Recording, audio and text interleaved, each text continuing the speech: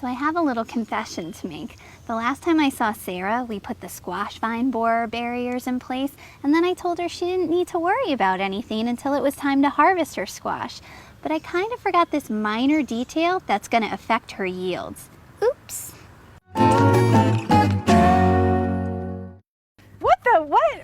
What are you talking about? I think you're slipping in your old age, Miss Birthday Girl. So what's going on with my squash? It's not a huge deal, but sometimes squash can suffer from poor pollination, so you have to hand pollinate them. Pollinate it myself, huh? Do I look like a bee to you?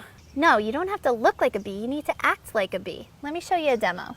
If you begin to notice immature squash turning brown and rotting on the vine before they reach maturity, you may have a pollination issue, so you can pollinate the blooms by hand. First, determine the difference between male and female flowers on your squash plants. Female flowers have what looks like a small fruit at the base of the flower, while males have nothing. Male flowers will never produce any fruit. Next, pick a male flower and pull off all the petals, exposing the inner stamen and anther, which are covered in pollen. You've now created a pollen brush.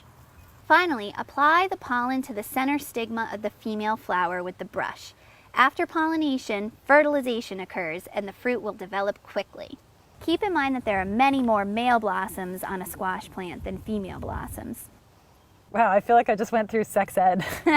You're right, but it is a helpful trick, especially since the recent honeybee decline has really affected pollination. I wonder if we could rig up Juno's tail to be a pollen brush. She seems to love tromping through the squash.